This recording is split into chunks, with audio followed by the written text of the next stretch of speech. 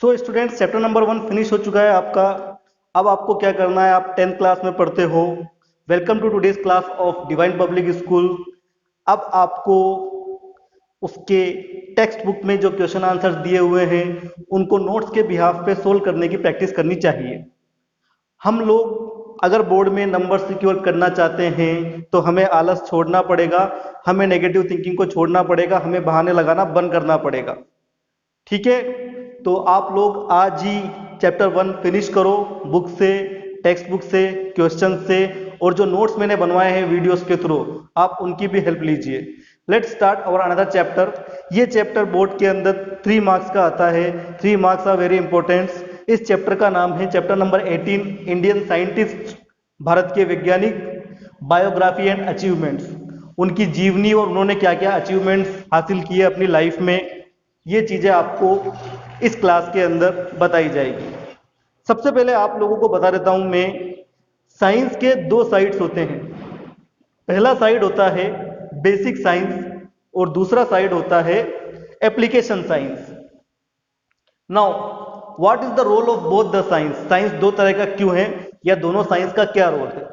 Application science it affects the economy of country and it is also known the science with qualitative affect. जो application science होती है वो किसी देश की इकोनॉमी को बढ़ाती है और एक प्रभावी साइंस माना जाता है।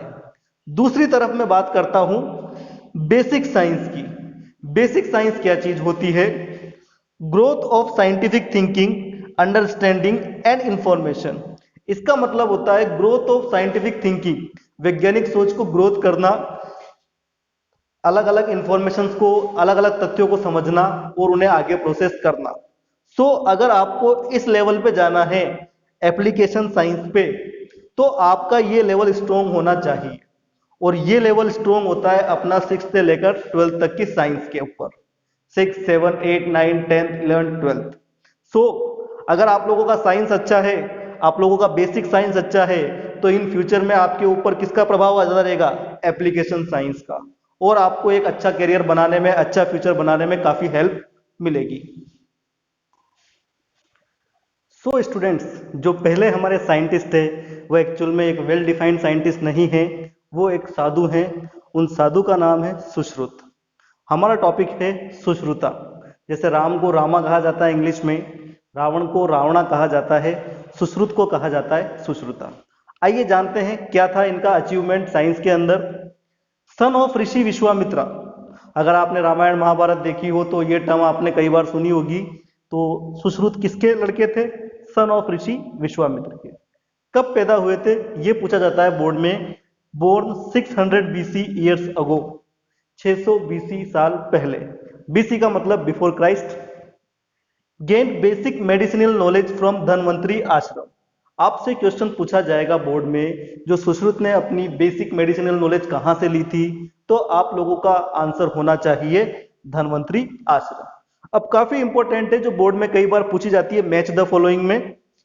Sushruta was the first person who gave the knowledge of surgery. Sushruta कौन थे? सबसे पहले व्यक्ति जिन्होंने लोगों को सर्जरी के बारे में, ऑपरेशन के बारे में बताया। And conduct many complex operations. और उस जमाने में इन्होंने काफी डिफिकल्ट, काफी मुश्किल से होने वाले ऑपरेशंस कर दिए थे। And gave to the world the knowledge about the instruments used in surgeries. और इन्होंने अपने जो ऑपरेशंस परफॉर्म किए थे उनके अंदर इन्होंने 600 साल पहले, 600 बीसी पहले ही बता दिया था कि सर्जरी में किस तरह के इक्विपमेंट्स यूज होंगे या होने वाले हैं। सुश्रुत के बारे में अब अपन डिस्कस करेंगे उनके द्वारा लिखे गए ग्रंथ, जिसको हम टेक्स्ट या स्क्रिप्ट भी कहते हैं। उसका नाम है सुश्रुत संहिता। ये संस्कृत में लिखी हुई एक टेक्स्ट है, एक ग्रंथ है। इसके अंदर वो सारे प्रोसीजर्स लिखे हुए हैं सर्जरी के, जो सुश्रुत ने उस टाइम अपनाए थे या इन्वेंट किए थे। इसके अंदर एक इंटरेस्टिंग बात और पता चलती है। जो आधुनिक मेडिकल साइंस के जो साइंटिस्ट थे, जोसेफ लिस्टर, उससे कई सालों पहले ही उन्होंने ये बता दिया था कि सर्जरी से पहले, ऑपरेशन से पहले जो इक्विपमेंट्स, जो औजार अपन यूज करते हैं, उनको स्टरलाइज कर लेना चाहिए, उनको जर्म से फ्री कर लेना चाहिए टेम्परेचर के थ्रू। ये एक बहुत ही अमेजिंग फैक्ट है। तो देखिए आपको नोट्स में क्या नोट करना है। मैनी सेंचुरी बिफोर, कई शताब्दियों पहले, जोसेफ लिस्टर से भी पहले, Sushruta describe that before the surgery, surgery से पहले, the instrument should be sterilised, instrument sterilised होने चाहिए, so that bacteria are destroyed, ताकि बैक्टीरिया डिस्ट्रॉयड हो जाएं, and there was no fear of septic infection, और इन्फेक्शन का सारा जो डर है हमारा वो खत्म हो जाए। सो स्टूडेंट, सुश्रुत का एक और नाम है father of plastic surgery. Father of plastic surgery किसे कहा गया है? बोर्ड में 2-3 बार पूछा जा चुका है और आपका आंसर होना चाहिए सुश्रुत। आइए देखते हैं इन्हें फादर ऑफ प्लास्टिक सर्जरी क्यों कहा जाता है। 26th century ago, examples of plastic surgery of nose, ear and lips etc. done by Sushruta are found in text.